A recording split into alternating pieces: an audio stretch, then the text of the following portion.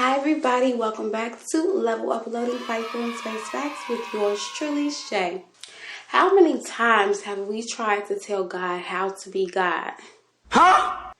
If you're like me, if you're anything like me, I have found myself always trying to dictate and figure out what's best.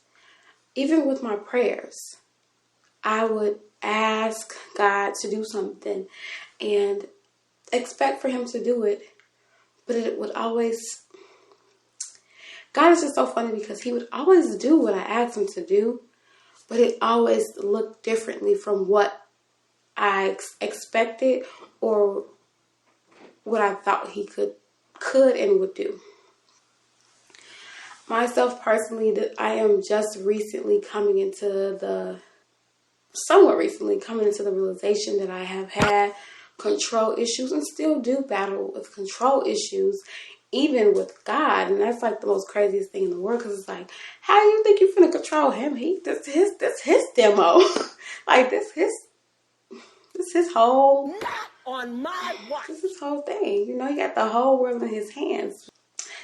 So many times that I have really prayed about something, and I pray about it, and once I pray about it, I try to make sure that I'm not worrying about it.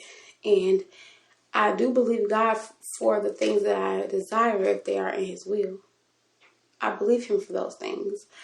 But it's just so funny because God has had to show me so many times that I am not in control. Yes, this is God, I might do what you asked me to do. Let me weigh the options. I'm not saying God got to think about it because he knows everything, but I'm just saying, he like, let me see, how can we work this into the plan? No, he already has a plan. He's like, I might actually do what you asked me to do, but I'm going to do it in my way. So let me give you guys an example. An example of me trying to prematurely tell God how to be God without telling him, but having a set expectation of how what I needed will be fulfilled. I trust God for help. I trust God for deliverance. I trust God for redemption. I trust God for favor. I trust God for grace. I trust God for everything. But even sometimes, and even in our prayers and even in our faithfulness, we fall short. So I just want to share an experience, and maybe this can be a blessing to someone, but just want to share experience that I've had in my past.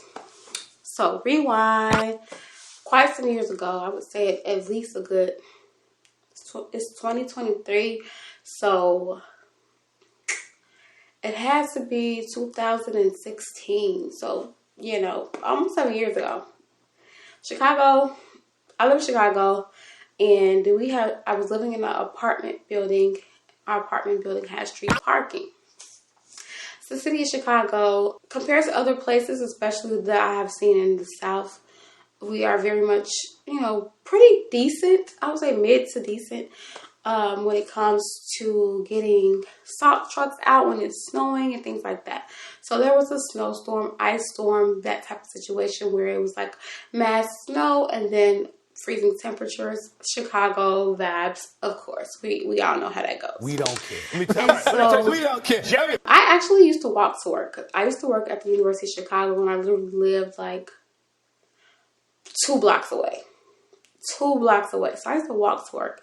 What a blessing. Such a great gas saver, good exercise. Also, didn't have to worry about the commute. I mean, other than walking in trash weather, I could make it to work anytime if I really, really, had the desire to do so. So this was such a blessing because, first of all, that was favor in and of itself, because honestly, I would have missed a lot of days if it had been any other way.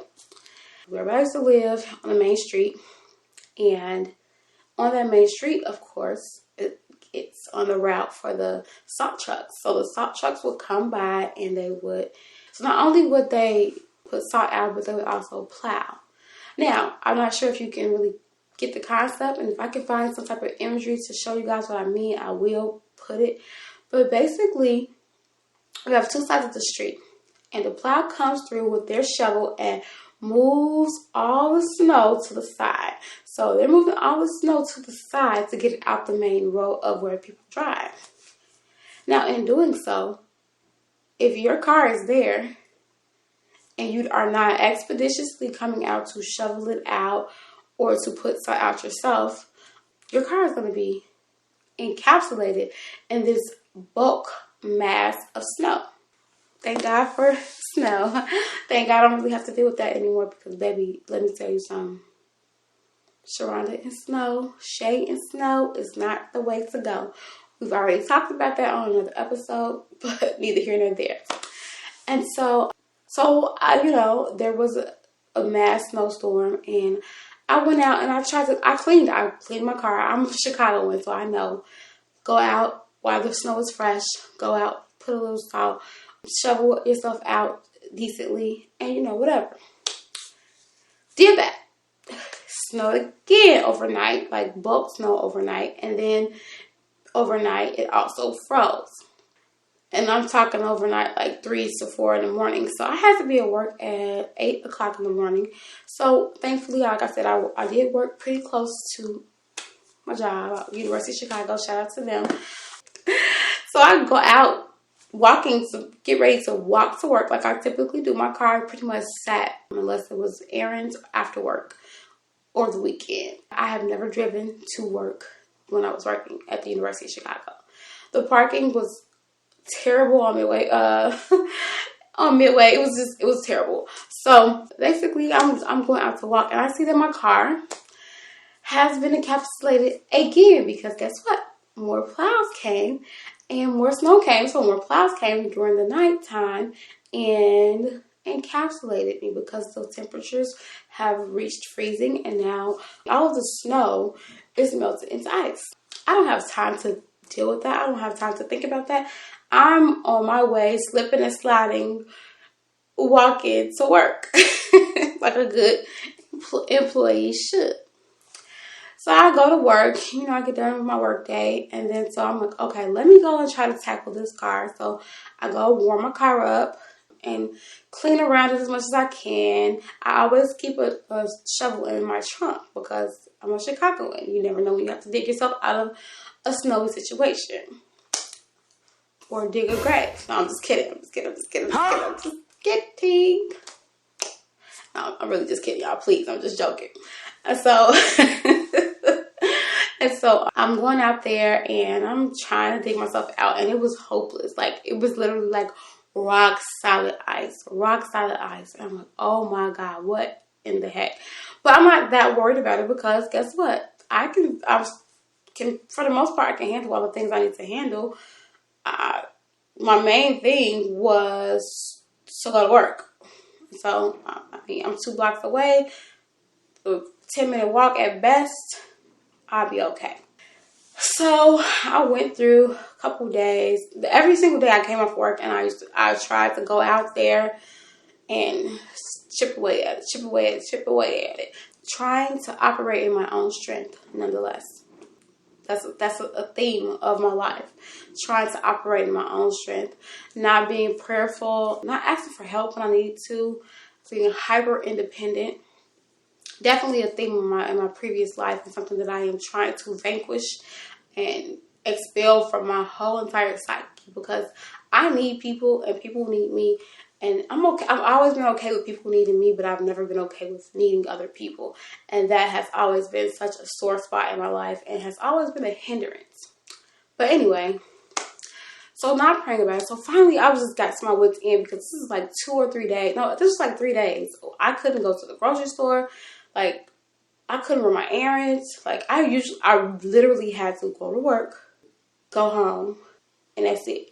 Thank God for Uber Eats and stuff like that. But I had food in the house because we had been prepared for the snowstorm. So I did have food in the house. So it was like, I didn't really have a technical reason to, but it was like something about a person who has had a car since they were fairly young and never been without one. Even if I don't have to use my car, the feeling of not being able to terrifies me and makes me very anxious. That's another issue because that's another psychological damage and trauma.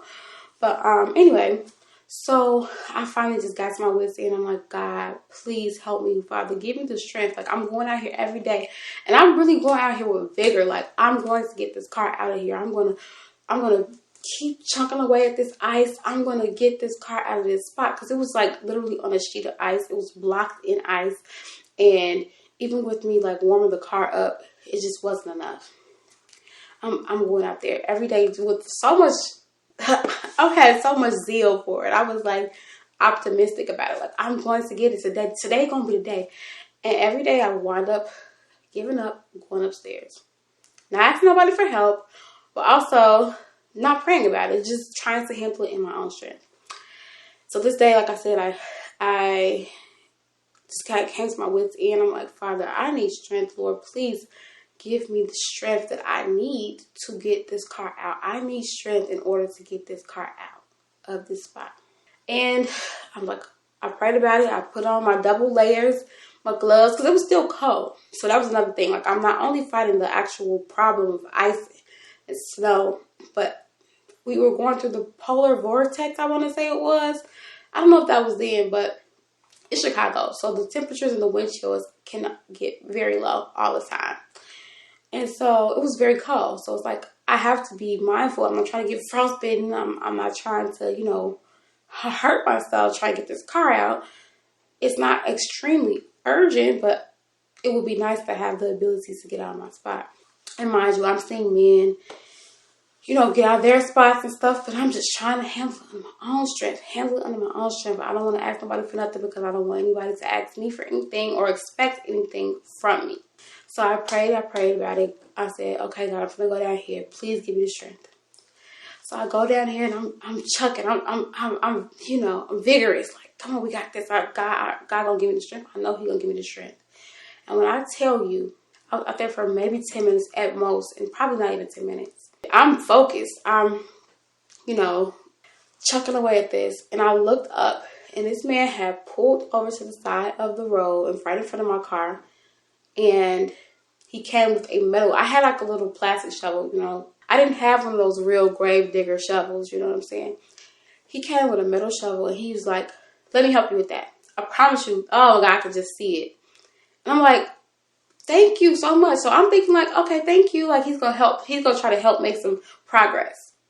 So I'm still like, he's in the front, and I'm in the back, like, still trying to, he's like, get out the way. I got this. I'm like, okay. All right now. Okay, sir. Listen, you ain't got to tell me. You ain't got to tell me but one time, because I ain't going to do this no way. When I tell you, that man had me out between his actual strength as a man and his metal shovel, and probably the strength that I had prayed for that I needed. That man had me out of there. It wasn't even 5 minutes.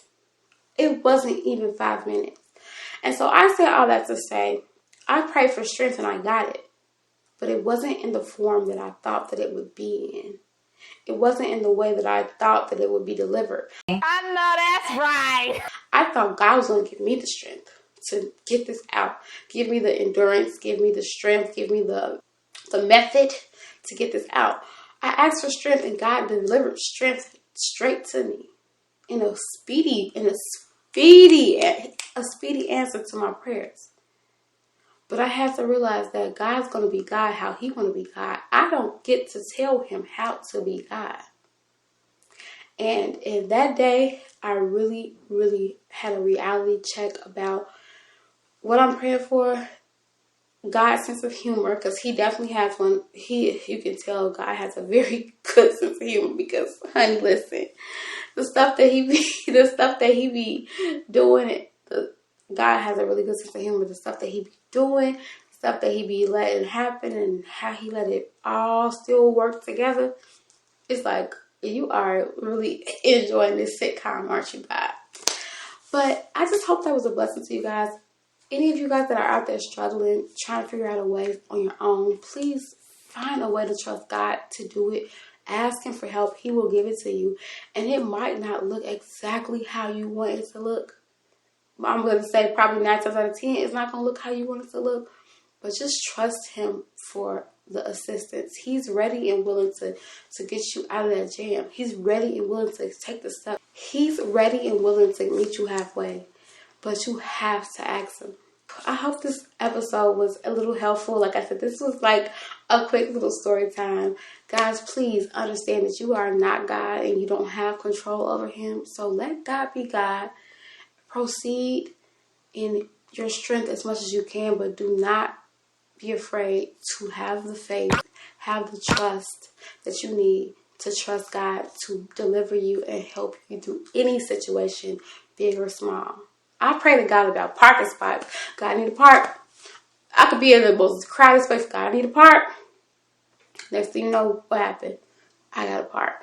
So, I hope this episode was helpful for you guys. Please let me know. Leave me some comments, leave me some likes, leave me some voice messages. I do have a link tree, so you guys can literally contact me on anything that I'm sharing on there, from Instagram to Twitter to my Anchor comments, YouTube comments, anything. I want to hear from you guys, and I hope you guys enjoyed. Have a great evening. I'll talk to you later. Bye.